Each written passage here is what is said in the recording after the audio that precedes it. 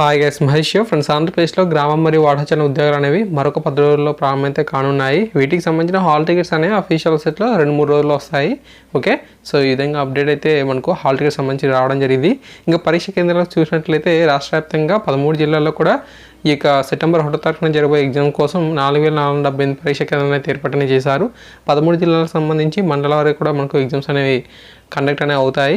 Okay, అయితే మనకు September 3వ తారీఖు నుంచి సెప్టెంబర్ 8వ తారీఖు వరకు కూడా జరగబోయే ఎగ్జామ్స్కి రాష్ట్ర వ్యాప్తంగా 7 జిల్లాల్లో మాత్రమే ఎగ్జామ్స్ అయితే కండక్ట్ చేస్తారని చెప్పి సాక్షిలో ఈరోజు మనకు వచ్చిన ఆర్టికల్ ద్వారా తెలుస్తుంది. అన్ని జిల్లాలకు సంబంధించిన ఎగ్జామ్ సెంటర్ సంబంధించిన ఇన్ఫర్మేషన్ ఇక్కడ మీరు చూడవచ్చు. శ్రీకాకుళం 306, విజయనగరం 198, విశాఖలో 406, తూర్పు గోదావరిలో 481, పశ్చిమ గోదావరిలో 311, కృష్ణాలో 374, గుంటూరులో 365, ప్రకాశంలో 231, నెల్లూరులో 323, చిత్తూరులో 390, తర్వాత మనకు వైఎస్ఆర్ జిల్లాలో మనకు 270, అనంతపురంలో 389, కర్నూలులో 444 పరీక్ష కేంద్రాలు అయితే ఇక ఏర్పాటు అనేది ఉంటుందన్నమాట.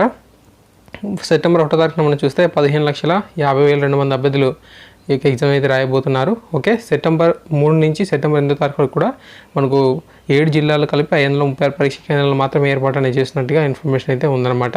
ఓకే, ఈ యొక్క రాత పరీక్ష అనేవి అత్యంత పకడ్బందీగా ఏర్పాటు అనేది చేస్తున్నారు. ఎక్కడ కూడా మనకు అవకతవకలు లేకుండా మనకు ఏపీఎస్సీ తరహాలోనే ఈ ఎగ్జామ్స్ అయితే కండక్ట్ అనేది చేస్తున్నట్టుగా కూడా సమాచారం అయితే రావడం జరిగింది.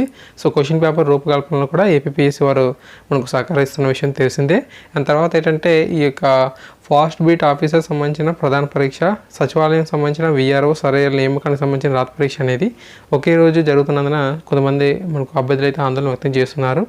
ఓకే, సో ఏపీఎస్సీ ఆధ్వర్యంలో ఫాస్ట్ బీట్ ఆఫీసర్ సంబంధించిన స్క్రీన్ టెస్ట్ అనేది గతంలో జరిగిన విషయం తెలిసిందే. ఉత్తీర్ణులైన వారు ప్రధాన పరీక్షను సెప్టెంబర్ 3వ తారీఖున అయితే నిర్వహించబోతున్నట్లుగా అప్డేట్ అయితే ఉంది. సో ఆ రోజున మనకు సచివాలయానికి సంబంధించిన ఈ యొక్క ఎగ్జామ్స్ కూడా ఉన్నాయి కాబట్టి కొంచెం టెన్షన్ అయితే అవుతున్నారు. దీనిపై గవర్నమెంట్ మనకు రెస్పాండ్ అయితే అవ్వాలి. ఆ తర్వాత మనం చూసినట్లయితే ఈ యొక్క ఎగ్జామ్ సంబంధించి ఎవరైతే అభ్యర్థులు దరఖాస్తుని చేసుకున్నారో ఆ యొక్క అభ్యర్థి నివాసం ఉంటున్న ప్లేస్ నుంచి 30 కిలోమీటర్ పరిధిలోనే అతనికి పరీక్ష కేంద్రం అనేది ఇస్తారంట. అంతేకాకుండా తన యొక్క సొంత మండలంలో కాకుండా వేరే మండలంలో ఎగ్జామ్ అయితే రాయాల్సిన అవసరం అయితే ఉంటుంది. ఎందుకంటే సొంత మండలంలో అయితే పలుకుబడి ఉన్నవారు అవకతవకలు చేసేందుకు అవకాశం అయితే ఉంటుందని చెప్పి ప్రభుత్వం ఆలోచన చేస్తుందన్నమాట. ఈ యొక్క ఎగ్జామ్స్ అనేవి సీసీటీవీ నిఘాలో మనకు జరుగుతాయి. ఓకే, ఇన్విజిలేటర్లుగా ఎవరైతే వర్క్ అనేది చేయబోతున్నారో వారికి కూడా ఏ ప్రాంతంలో వారికి ఇన్విజిలేటింగ్కి అవకాశం అయితే ఇచ్చారనేది తెలియదంట.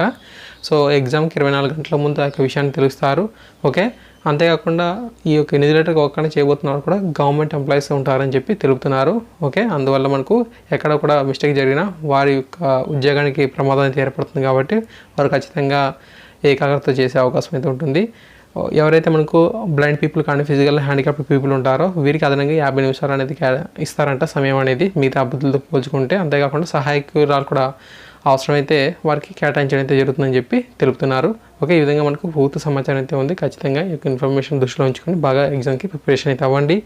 హాల్ టికెట్స్ వచ్చిన వెంటనే మీకు అందిస్తూ ఉంటాను ఒక ఇన్ఫర్మేషన్ అనేది. Thanks for watching this video.